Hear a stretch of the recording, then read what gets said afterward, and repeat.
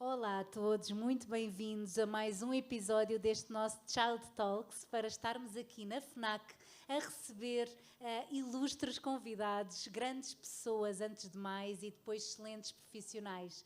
Eu reconheço aqui nesta profissional que escolhi não só uma enorme competência técnica na sua área, mas também uma grande humildade e honestidade enquanto pessoa, que faz dela a profissional que é também nos dias de hoje. A profissional e a mãe, porque há aqui muito a dizer sobre a mãe Marta.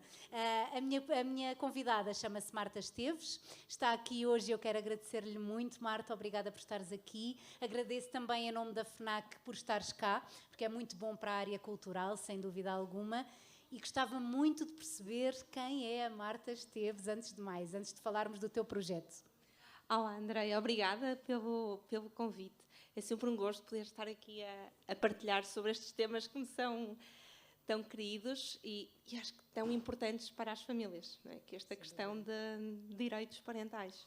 Porque basta trabalharmos que precisamos de ter informação sobre isto e termos filhos, não é?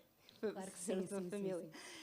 A pergunta que me estavas a fazer, estava aqui a comentar contigo em off, que é assim das perguntas mais difíceis. Eu, portanto, sou mulher, mãe, advogada, portanto, mãe de 2, com o terceiro a caminho. E pronto, vou também, como todas as mães, tentando aqui o malabarismo da conciliação da vida profissional com a vida familiar. Também foi isso que me despertou para avançar com o meu projeto. Sim, porque no fundo o projeto dos direitos parentais surgiu depois de seres mãe do primeiro filho, não foi? Exatamente. Exato, Sim, ou seja, sim. notaste que querias ter mais tempo com o teu filho. Exato. Porque, como advogada, e na altura como advogada da Sociedade de Advogados, não sei se sabes isto, ou quem nos está a ouvir também sabe, mas as advogadas e os advogados não têm direito a licenças. Só soube isso pelo teu Instagram e fiquei doente. Pensei, como é que isto é possível? Como é que um advogado não tem direito a tempo? É o chamado Casa de Ferreiro Espeto de Pau, não é? Ou seja, defendemos e ativamos os direitos das outras famílias, mas para a nossa, a maioria dos advogados não tem. E eu acho que, salvo erro, são só os advogados e os bolseiros de investigação que não têm aqui esta proteção.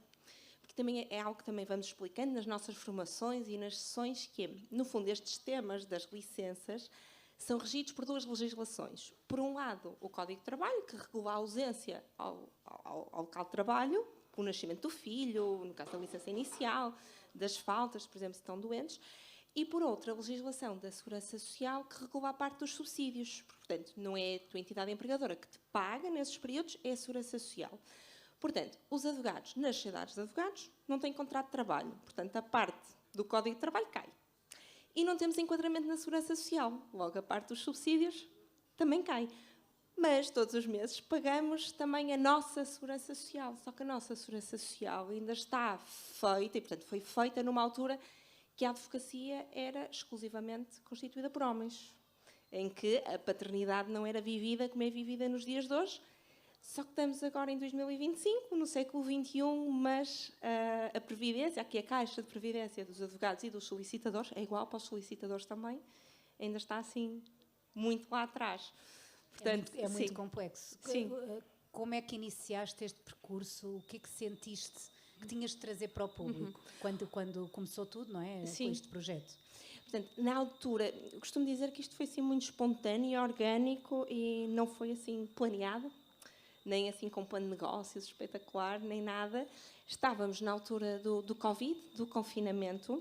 Na altura saía legislação nova todos os dias e aqui muita legislação que afetava aqui a parte das famílias, porque as escolas estavam fechadas. Depois havia famílias que, devido à profissão, poderiam fazer teletrabalho, outras que não. Essas que não podiam fazer o teletrabalho, então tinham aquele apoio à família que surgiu na altura do Covid, porque as escolas estavam fechadas. E, em simultâneo, eu tinha sido mãe há pouco tempo, ia partilhando na minha página de Instagram aquilo que chamava os desencantos da maternidade, mas depois as pessoas, quando percebiam que eu era advogada e de direito de trabalho, portanto, neste contexto de Covid, legislação nova para as famílias, iam fazendo perguntas. E às tantas eu comecei a pensar, ok, se calhar eu vou começar a fazer umas partilhas sobre isto. não com nenhum intuito de negócio, mas para não estar sempre a repetir a mesma coisa por mensagem. Certo, porque acabava por ser não só repetitivo, mas também encontraste aí um nicho de trabalho, não é? Encontraste uma necessidade grande. Sim, mas foi depois, ou seja, nem foi aí era mesmo, ok, vou partilhar isto de forma pública para não estar sempre a repetir a mesma coisa por mensagem. E depois, quando começavam a questionar outras questões de licenças, teletrabalho, estava muito em voga na altura, porque houve uma fase que se a tua função era compatível, mas a escola estava fechada, tinhas de estar em teletrabalho na mesma, não, depois mais para a frente, acho eu que na segunda vaga, ou no segundo confinamento, isso já não era possível, porque era muito difícil conciliar teletrabalho, e nós tivemos essa experiência, em que o Tomás, na altura, quando começou o confinamento, tinha 9 meses, e eu e o meu marido estávamos os dois em teletrabalho, não é? Obrigatório, e trabalhávamos por turnos. Portanto, um estava a trabalhar, outro estava a cuidar do Tomás, e depois revezávamos.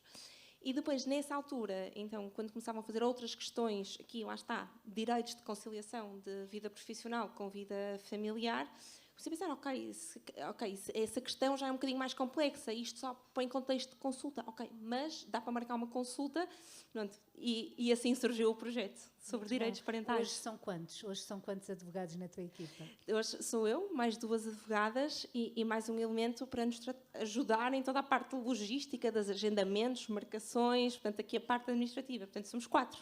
Boa, muito bom, muito bom. Isto é um enorme crescimento. Sem em quanto tempo?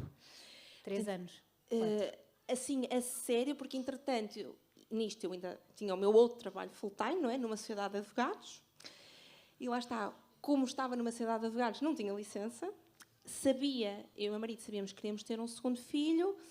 E eu tive muita sorte quando o Tomás nasceu, porque estava numa equipa excelente, liderada também por uma mulher mãe, e que, portanto, não tive assim grandes questões a nível de licença. Ou seja, pude ter direito a um horário de amamentação que não existe, não é? Uma espécie de jornada contínua, mas dependia muito, não é, aqui de favor, e portanto sabia que a minha carreira, a continuar na advocacia para poder conciliar com o segundo filho, tinha que passar para uma empresa. Porquê? Porque na empresa já tem contrato de trabalho e enquadramento na Segurança Social, e portanto já era um direito e não aqui um favor.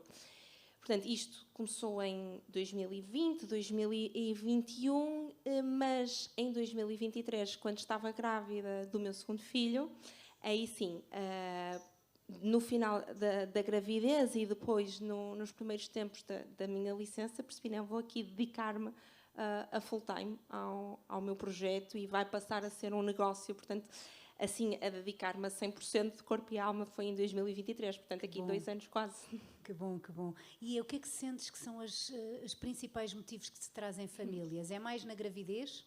É quando já estão quase a regressar ao trabalho e se deparam ali com alguma possível ilegalidade, não é? Porque muitos de nós desconhecemos. Quais são os grandes motivos?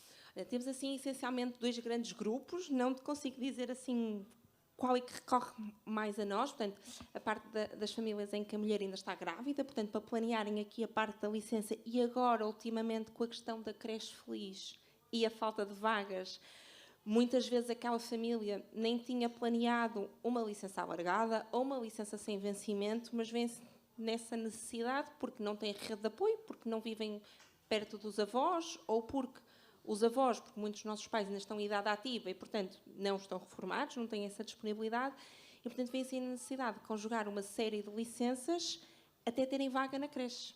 Certo. Sabes que eu sinto que muitas das vezes dou por mim e pela minha equipa a recomendar a pessoa se informar melhor, o casal se informar melhor sobre os seus direitos a nível de licença parental e a dizer-lhes mesmo, atenção, que o que é hoje pode não ser amanhã, porque as pessoas habitualmente na gravidez, não sei se sentes o mesmo, mas as pessoas na gravidez têm tendência a comprar tudo e mais alguma coisa para os filhos, gastam mundos e fundos e depois dizem que não conseguem ficar mais tempo com os filhos em casa. Portanto, se calhar há aqui algum pé de meia que é preciso fazer e há algum... e então notas também que é preciso fazer algum tipo de apoio, de recomendação ao que as pessoas precisam mesmo na gravidez? Eu, às vezes até costumo dizer que o verdadeiro planeamento da licença começa na pré-conceição. Porque se eu já sei, eu sinto que quando for mãe não quero ficar com o meu bebê em casa só 4, 5, 6 meses, ou mesmo que arranje vaga, não quero colocá-lo no berçário aos 4, 5, 6 meses, então vou precisar de uma licença alargada. E há aí uma quebra de rendimento. Portanto, fazer aqui um planeamento financeiro para a licença ainda na pré-conceição eu acho que é super importante. Mas, infelizmente, esta consciência ainda não está na esmagadora maioria das famílias. E muitas vezes depois vemos, e depois às vezes, né, depois também depende quanto tempo demora a pré-conceição, quanto tempo demora a chegar à gravidez, e esta questão das vagas depois também depende muito quando o bebê nasce. Porque, por exemplo, um bebê que nasce agora no verão, julho, agosto, chega a setembro e ainda não tem 4 meses, portanto não vai ser aceita nenhum berçário. Portanto, só vai conseguir vaga no próximo setembro, porque a meio do ano é raríssimo encontrar uma vaga. Sim, sim, sim, é quase impossível. Nos nossos acompanhamentos nós sentimos muitas vezes esta necessidade das famílias perceberem sobre direitos parentais. Qual é a grande recomendação que tu dás a uma família grávida? Informar-se muito bem sobre a licença e, infelizmente, não contar com a Segurança Social. Porquê? Porque quem está no atendimento da Segurança Social são técnicos, portanto, não são da área do direito, tiveram formação interna e muitas vezes, isto já me aconteceu, eu pessoalmente precisei de fazer um contacto com a Segurança Social e eu precisava de um esclarecimento, liguei 3 vezes e tive 3 respostas diferentes. E ainda contra-argumentar, sim, mas atenção, que na legislação, no decreto-lei XPTO da Segurança Social, a norma diz isto, e mesmo assim eles reencaminham sempre para o guia prático, ou veja o guia prático, se experimentarem fazer um pedido de suporte à Segurança Social através do e-click, muito provavelmente vão rematar a resposta com pode consultar toda a informação no guia prático da licença inicial. O guia prático parece uma bíblia sem explicação. Sim. Não... E está em linguagem técnica, não é? Portanto, já fizemos sessões com colegas advogadas de outras áreas. Se me perguntares alguma coisa de direito criminal ou direito fiscal, também não faço a mínima ideia. E por isso, outras colegas advogadas de outras áreas do direito também já fizeram sessões connosco, lá está, para planearem da melhor forma, porque se calhar elas, apesar de não terem licença, os maridos têm um emprego normal, não é? Com contrato de trabalho e com segurança social e, portanto, para planearem essa parte. E, portanto, quando temos aqui advogadas e advogados também a recorrer aos nossos serviços, porque são de outras áreas, não é? E têm a formação jurídica de base, não é? Mas há ali questões que são difíceis de compreender. Portanto, eu imagino para um cidadão comum que não tem esta formação base em direito. Claro que sim.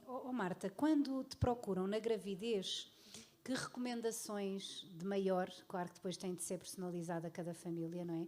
Mas que recomendações de maior é que dás para que a família consiga passar efetivamente mais tempo com os filhos em casa? E não me refiro só à questão de termos um bebê que nasce em abril, maio, refiro-me também a um bebê que até possa nascer em novembro ou dezembro, mas que os pais gostassem de passar mais tempo com os seus filhos, porque também percebemos que para o desenvolvimento infantil é super importante. Quanto mais tempo com os filhos, é diferente daquilo que se diz, não é? Na sociedade, quem não percebe, aquilo que diz é que o bebê fica tanto tempo contigo, depois não o consegues entregar a ninguém porque ele nunca está habituado. E é ao contrário, as crianças ficam muito mais autónomas quanto mais estão connosco, não é? E sentem a nossa segurança.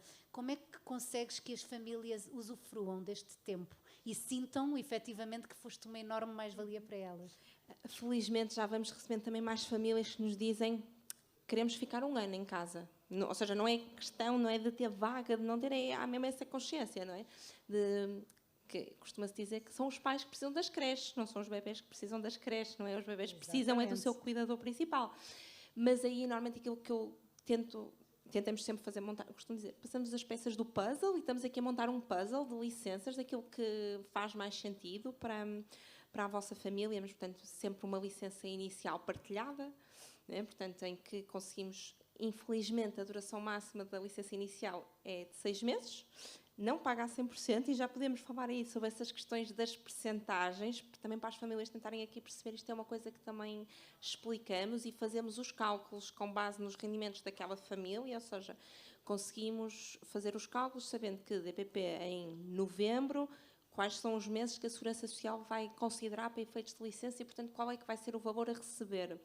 E uma informação que muitas vezes as famílias, parece que se abre assim uma caixa de Pandora, é que as percentagens que falamos sobre a licença, ou o pagamento da Segurança Social, os 100%, 80%, 83%, são sobre o salário base bruto. Exato.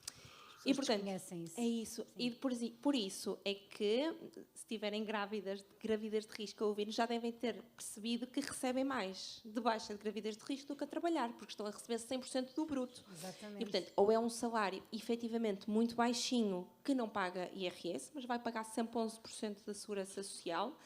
Portanto, há sempre aqui este ganho. E, portanto, quando falamos de uma licença de 100%, é 100% do base bruto. E depois, dos valores recebidos pela Segurança Social, não vão incidir nem descontos, nem em retenção da fonte, em sede IRS, nem de Segurança Social. E, portanto, quando estamos a falar de uma licença, por exemplo, de 6 meses, em que o máximo para a mãe são 150 dias, mais ou menos os 5 meses, e depois mais um mês para o pai, por exemplo. E não é bem assim, ou seja, há muito esta ideia, não é, que há aqueles 30 dias de acréscimo do pai. Não, isto na verdade é a licença, costumo dizer que a licença é para o bebê, não é para os pais. E, portanto, a partir de uma determinada altura, portanto, ali a partir das 6 semanas pós-parto, a licença pode ser partilhada pelo pai e pela mãe como eles quiserem. E pode ser o pai a ficar aqui o máximo de tempo. Também é uma informação que às vezes as famílias não sabem. É uma informação muito importante. Sim. Portanto, só voltando aqui à questão das percentagens, portanto, uma licença de 83%, muito provavelmente, ainda vai corresponder a mais no final do mês, não é? no salário na conta, do que aquilo que costumam receber normalmente, porque as pessoas vão sempre pagar 11% de segurança social. Portanto, aos 100% temos aqui o 89%.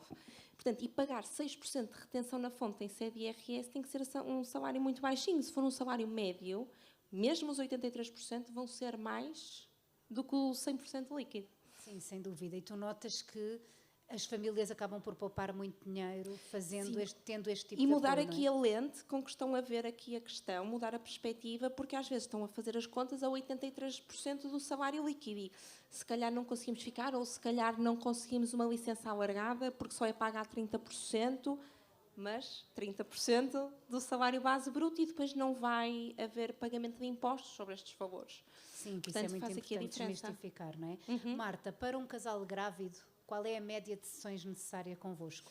Conseguimos planear aqui a parte da licença inicial numa única sessão.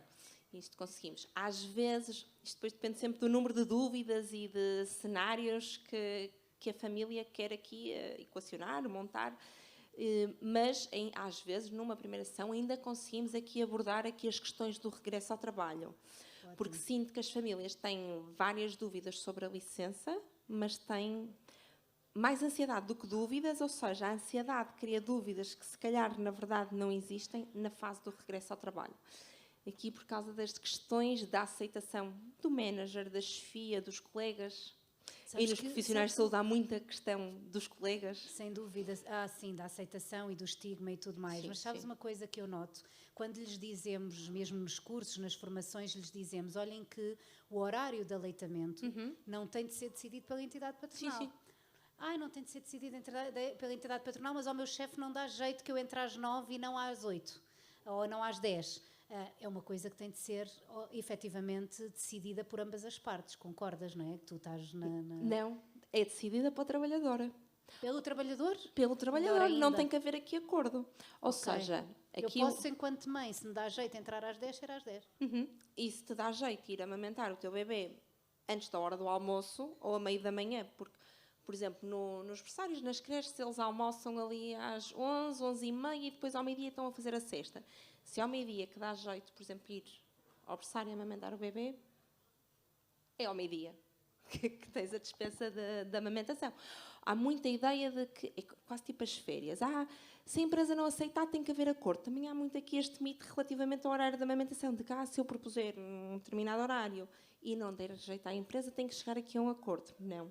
Só tens de chegar a acordo se quiseres gozar o horário da amamentação de forma diferente que 2 períodos distintos de 1 hora cada. Por exemplo, entrar 2 horas mais tarde e sair 2 horas mais cedo. Certo. Aqui precisas da concordância não para teres direito ao horário da amamentação ou de aleitamento, mas para gozar daquela forma, 2 horas seguidas. Se forem 2 períodos distintos de 1 hora cada, é a trabalhadora que decide. Claro que tem que haver sempre aqui um QB de bom senso, não é? E tentarmos chegar aqui a algo que seja benéfico para ambas as partes, mas no limite é a trabalhadora que decide quando é que vai gozar o horário da amamentação. Isso é muito importante, achamos sempre que não temos regalias enquanto trabalhadores, mas não sabemos é delas. É verdade, não é? é verdade. Concordas, não é? Sim, sim, sim. Eu cada vez aprendo mais com a tua página, portanto acho mesmo, e gosto de parar para ver, porque acho que é uma aprendizagem enorme e as pessoas devem aproveitar o bom que é a rede social, não é? Sim. Não estarmos a fazer scroll só por fazer, mas pararmos efetivamente no que também faz sentido, não ter só aqui para algum nós. critério, não é? Alguma Sim. seleção no conteúdo que consumimos, na informação que obtemos, por exemplo, nas coisas que compramos para a chegada no nosso bebê, se calhar não precisamos gastar 300 euros numa espreguiçadeira que dá música e mexe sozinha. Certo, é isso. Até porque, muito provavelmente, o bebê vai passar lá muito pouco tempo. Certo. E eu, pelo menos, só faço filhos que são alérgicos a berços e espreguiçadeiras e essas coisas. Mas sei que há bebês unicórnio. Mas, por exemplo, se calhar investir o nosso tempo, o nosso conhecimento, o nosso dinheiro em coisas que efetivamente vão ser úteis para a nossa família. Sem dúvida, sem dúvida. Temos aqui uma questão que sabemos que é muito procurada, que é, efetivamente, estamos à procura de todas estas alterações a nível governamental para as licenças parentais. Como é que sentes que está Portugal comparativamente com o resto dos países da Europa ou até do mundo nesta área dos direitos parentais? Achas que estamos muito atrás? Como é que estamos? Há muito esta ideia, nós portugueses sentimos que Portugal está sempre muito atrás dos outros, não é? Mas, por incrível que pareça, aqui a nível de direitos parentais até estamos, por acaso, não sei se existe algum ranking mundial, mas existindo, arriscaria a dizer que estávamos efetivamente numa boa posição. Claro que países do norte da Europa são outro campeonato, não é? São licenças de 1 ano, 2 anos, mas a verdade é que estamos, a nível de tempo, estamos bem, até porque existem normas, leis da União Europeia que todos os países da UE têm que cumprir e, portanto, há tempos mínimos a ser cumpridos e portanto, cumprimos a legislação europeia nesse sentido e, em alguns casos, até estamos assim um bocadinho melhor, um bocadinho à frente do que aquilo que é exigido. Mas, por exemplo, recentemente, há cerca de 2, 3 anos, houve aqui uma alteração legislativa em Espanha que foi super importante. Portanto, a nível de tempo, licença inicial em Espanha são 16 semanas. Portanto, nós conseguimos aqui um bocadinho mais, mas estas 16 semanas são para a mãe e para o pai em simultâneo. Portanto, Pois, isso sim, aí era estamos um super bocadinho importante. atrás, não é? Sim. Mas, por outro lado, muitas vezes também achamos, não é, que há outros países muito mais evoluídos, tipo os Estados Unidos, que não há licença. Não há direito à licença. Exato. O que é que achas que devia ser feito a nível legal? Tens noção ou consegues arriscar o que é que se estivesses no governo ou se estivesses nessa tomada de decisão, o que é que gostarias que fosse implementado de hoje para amanhã? 2025 para 2026, vá. Sim. Assim, utopicamente falando, era super importante haver algo que permitisse às famílias que assim o quisessem ficarem com os seus bebês até aos 2 anos de vida. Aqui, porque lá está, questões de desenvolvimento infantil. Porque não são os bebés que precisam das creches, porque às vezes, ele vai para a creche, vai se desenvolver super bem, vai ficar super autónomo. Não, a creche é uma necessidade dos pais, é o que é. E, por exemplo, o valor que o Estado paga mensalmente por cada criança na creche feliz, por cada vaga, se colocasse esse valor à disposição da família e a família escolhia, ok, esse valor vou gastar no meu filho numa vaga na creche ou para mim que vou ficar com ele em casa. Exato. Acho que isso era super importante, haver essa possibilidade de escolha. Portanto, aqui isto utopicamente falando. Mais realisticamente falando, que seja efetivamente aprovada aquela questão da licença dos 6 meses paga a 100%. Já seria uma excelente iniciativa, não é? Infelizmente, vamos aguardar positivamente por isso. Sim. Infelizmente, isto depende sempre aqui de vontades políticas, mas os representantes do movimento pela licença de 6 meses também já disseram que, no limite, avançam com uma proposta para referendo. Ou seja, se agora for chumbada, vamos ver o que é que este novo Parlamento vai decidir. Olha, não posso deixar de perguntar uma coisa que tem acontecido muito em algumas das nossas famílias, que é relativamente às famílias homossexuais. Nós temos muitas famílias de 2 mães, agora, mais recentemente, algumas de 2 pais. Que tipo de apoios, a nível de direito parental, é que estas famílias usufruem, uma vez que está tudo a dizer mãe e pai? Sim, verdade. Mas isso por acaso está expressamente previsto na lei e nisso o Código do Trabalho é inclusivo nesse sentido, em que diz que, no caso das famílias de casais homossexuais, no caso das mulheres é mais fácil, no sentido que a mulher que engravida é considerada para efeitos de legislação laboral. A mãe e a mulher que não engravida é considerado o pai. No caso de casais de 2 homens, isto já fica mais difícil porque será sempre pela via da adoção. E, portanto, vão ter que decidir, não é? Qual é que assume o papel relativamente a qual para efeitos aqui de, por exemplo, licenças. Mas têm direito. Sim. É igual. No caso da adoção, existe uma licença inicial, uma licença alargada, uma licença para assistência a filhos. Portanto, é tudo exatamente igual, independentemente se são uma família normativa de pai e mãe, do que 2 mulheres ou 2 homens. Sendo no caso de 2 homens, será sempre pela via da adoção e à partida, e portanto haverá aqui algumas questões relativamente, por exemplo, a horários de aleitamento, porque não vai haver amamentação aí, mas o horário de aleitamento é só até 1 ano, portanto, ou há uma adoção enquanto é muito bebê, ou, por exemplo, a questão do horário de aleitamento perde-se, mas isso por uma questão de idade do bebê ou da criança. Faz sentido. Obrigada por essa questão que não estava no guião. E eu tenho outra. Que me surgiu, entretanto, até porque nas jornadas de 2025, agora na 3ª edição, nós vamos ter uma mesa relacionada com o luto e a perda gestacional. E se há coisa que não tem sido abordada e que eu te desafio a abordares nas tuas redes sociais é que direitos parentais para quem perde um filho. Verdade. Porque sim, não é? Sim. E nós temos muitos casos desses, infelizmente. Há muitas famílias que têm perdido fetos, não é? Já mais tarde. É muito duro. Notoriamente aquela pessoa, aquela mulher, mas também aquele homem não está emocionalmente bem. Que tipo de direitos é que estas pessoas têm a nível laboral? Se sobre direitos parentais nas situações normativas já existe pouca informação, então no caso de perda gestacional ainda mais. Nos casos aqui é importante distinguir nesses casos se é uma perda gestacional, se é uma perda fetal, uma morte neonatal. Isto vai ser aqui em função da idade gestacional em que acontece a perda, ou seja, e há aqui alguma discrepância se for uma perda natural, ou seja, uma interrupção involuntária da gravidez ou uma interrupção médica da gravidez. Portanto, há ali balizas entre as 20 e as 24 semanas que fazem a diferença, ou seja, a barreira da diferença será 22 semanas no caso das perdas involuntárias. No caso das interrupções médicas da gravidez, será a partir das 24 semanas. E qual é a diferença desta barreira de ser perda gestacional ou uma morte neonatal? É que quando estamos a falar de uma morte neonatal, aquela família vai ter direito à licença inicial, tal e qual como se o bebê nascesse vivo. Perda gestacional, temos a questão da licença entre os 15 e os 30 dias para a mãe, e isto fica na discricionariedade do médico definir o tempo, mas arriscaria que a esmagadora maioria dos médicos passa a licença de 30 dias. Uma novidade de 2023 é que para o pai passa a haver 3 dias de faltas ao trabalho, as chamadas faltas por luto gestacional.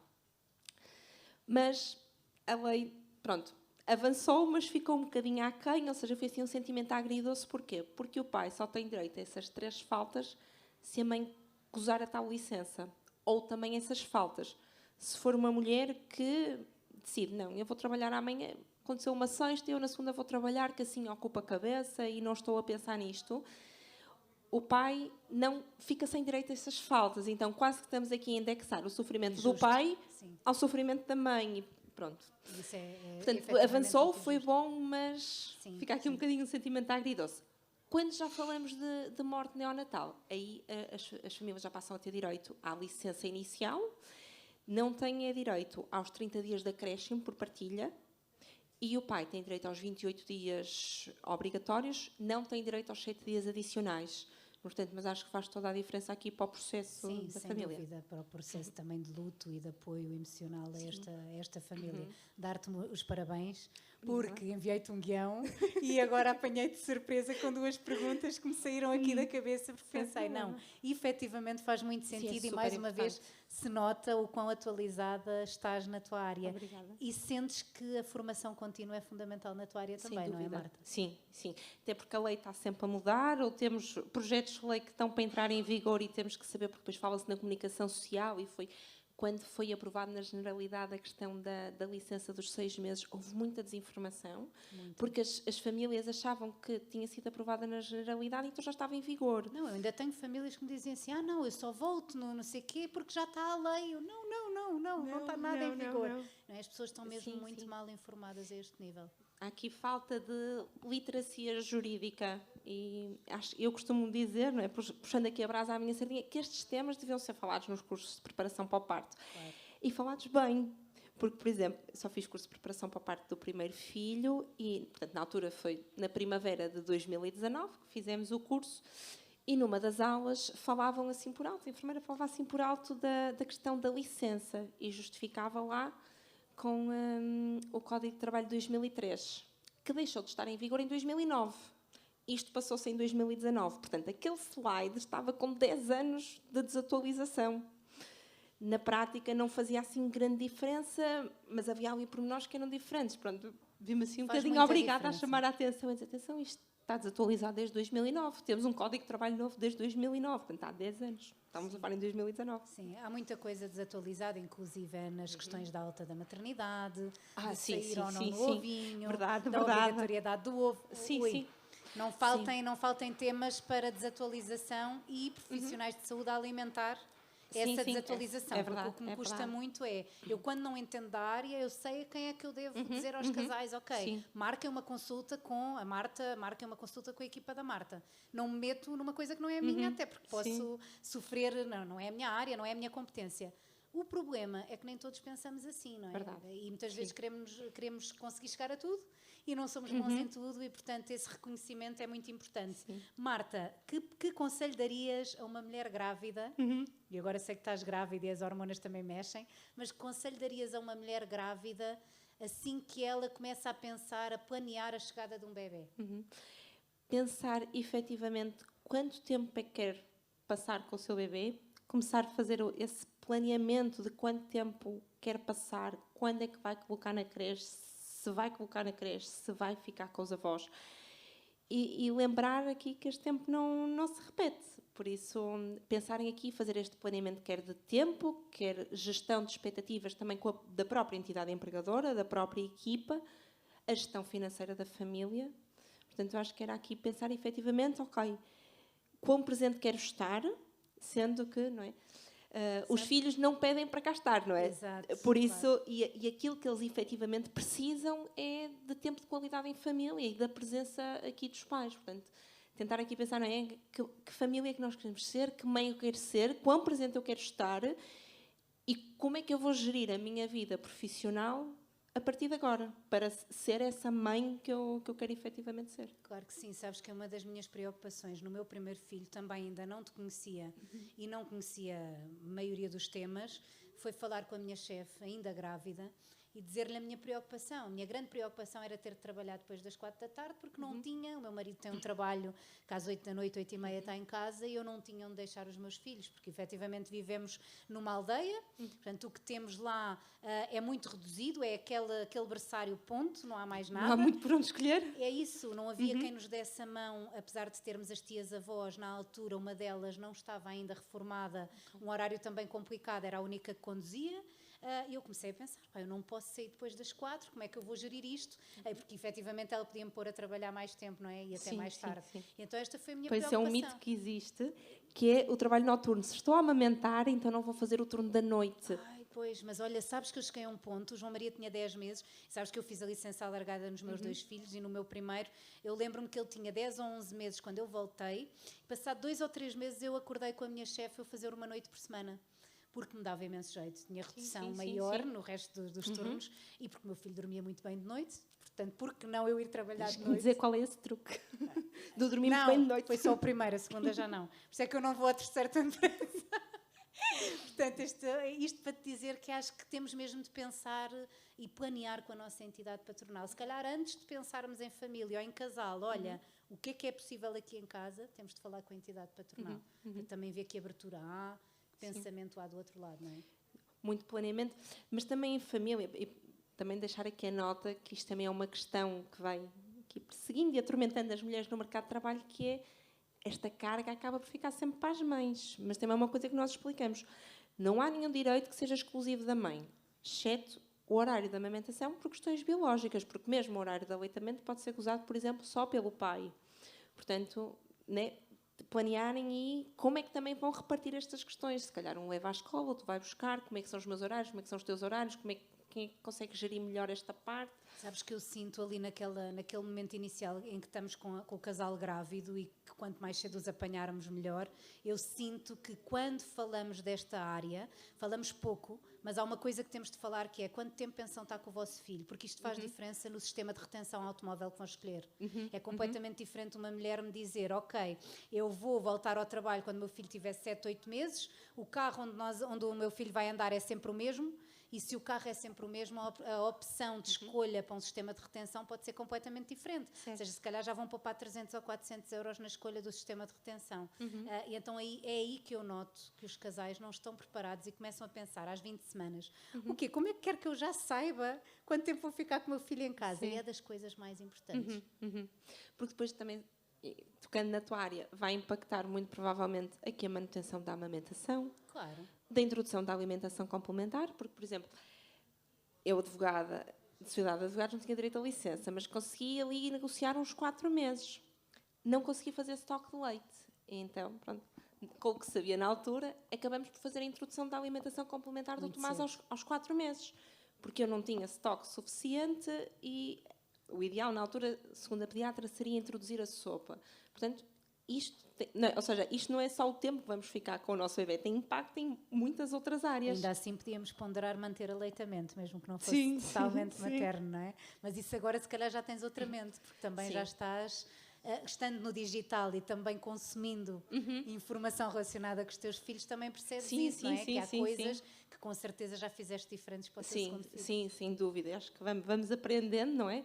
À medida que vamos tendo mais um filho, vamos tendo aqui mais bagagem e olhando para aquelas questões de mãe de primeira viagem e a sério que eu pensava assim, a sério que eu fiz isto, mas fizemos o melhor que sabíamos naquela altura com a informação que tínhamos. É isso mesmo, e é tentar não culpar, porque vamos sempre culpar de alguma forma. Marta, como é que vês Portugal daqui a 5 anos em matéria de direitos parentais? Esta é a minha quase última pergunta. Sim. Infelizmente, depende pouco da vontade das famílias e muito da vontade política. E, portanto, eu diria que isso vai sempre depender do rumo político que tomar o país, mas eu espero que com uma licença de 6 meses paga a 100% em vigor. Agora, e que haja cada vez, efetivamente, mais partilha entre a mãe e o pai, para que deixe de haver aqui discriminação das mulheres no mercado de trabalho. Sentes que os profissionais de saúde deviam ter formação em direitos parentais, mínimo que fosse para saber aconselhar? Sem dúvida. Até foi aquilo que referi nas jornadas de 2024, não é? Que às vezes os profissionais são os primeiros e únicos pontos de contacto sobre estes temas, porque uma coisa é uma situação normal, de uma gravidez que corre bem, de um parto que corre bem, de uma alta de pós-parto aos 3 dias. Outra coisa é quando estamos a falar perda gestacional, morte neonatal, prematuridade, internamento, mesmo que não haja prematuridade, questões de internamento, e que são situações e fases em que a família está tão fragilizada que não consegue naturalmente ter o discernimento de procurar ajuda especializada e muitas vezes seguem as indicações que lhes dão no hospital, por exemplo, e às vezes informação errada.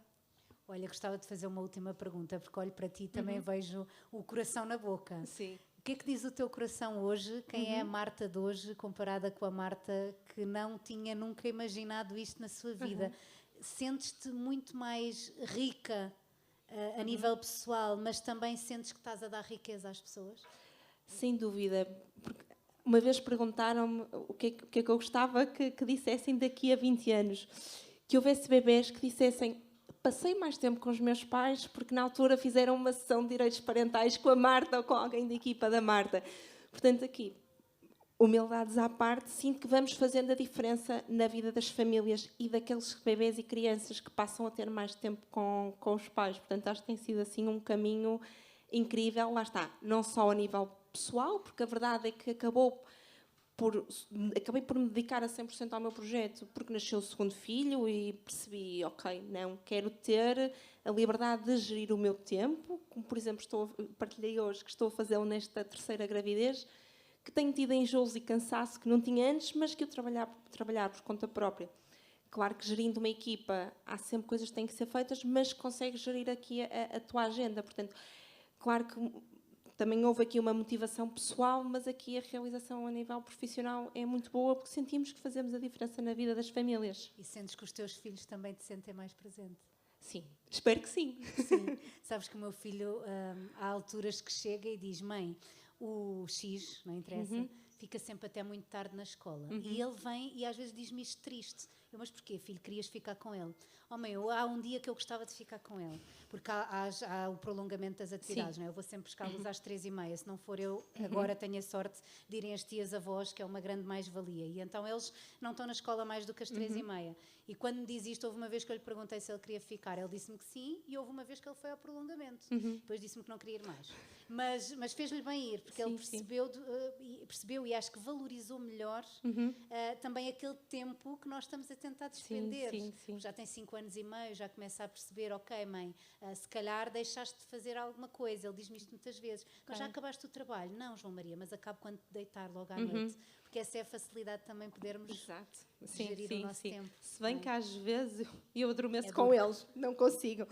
Mas agora tens desculpa. Sim, agora que falas nisso, e há umas semanas, uns meses, precisei assim que o meu marido me chamasse à terra, porque eu estava-me a sentir muito culpada. Eu vou sempre buscar o meu filho mais novo, que vai ser agora do meio, não está na escola, só está o mais velho. E costumo sempre ir buscá-lo 4h30, máximo 5. E no outro dia estava distraída a trabalhar, olha para o relógio, eram 5h03. E eu, meu Deus, já devia estar na escola. E depois estava a sentir-me super culpada, não é? Aquela culpa de mãe. E depois a falar com o meu marido, ok, tipo, há 2 anos ou há 3 anos, nós íamos buscá-lo sempre depois das 6, porque era, mesmo estando em teletrabalho, estávamos a trabalhar até às 6 e, portanto, estávamos a ir buscá-lo às 6h10, 6h15. Portanto, às vezes também não sendo...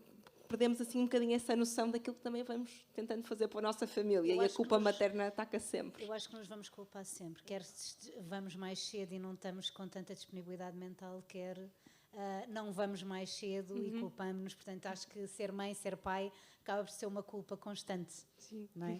Marta, agradecer-te muito mesmo ter estado aqui. A sério, obrigada. Que é uma enorme mais-valia ouvir-te sempre. Nas jornadas foi brilhante, agora é brilhante receber-te aqui. Dou-te os meus parabéns também, porque sinto que és mesmo uma profissional de excelência, porque também és uma pessoa diferente, sabes? Obrigada, Hoje em Andréia. dia há muito ego quando se chega a um determinado patamar, e acho que mantermos a nossa honestidade e a nossa humildade dentro daquilo que somos, a nossa essência, no fundo, é muito importante. Por isso quero-te agradecer muito também teres vindo até aqui. Obrigada. Brevemente também lá estarei contigo É verdade. a dar-te respostas. Quero agradecer à FNAC por toda a oportunidade de estarmos aqui a gravar, à Porto Editora, à Chancela Ideias de Ler, e a vocês, que são os principais, que nos veem sempre, todas as semanas. Obrigada.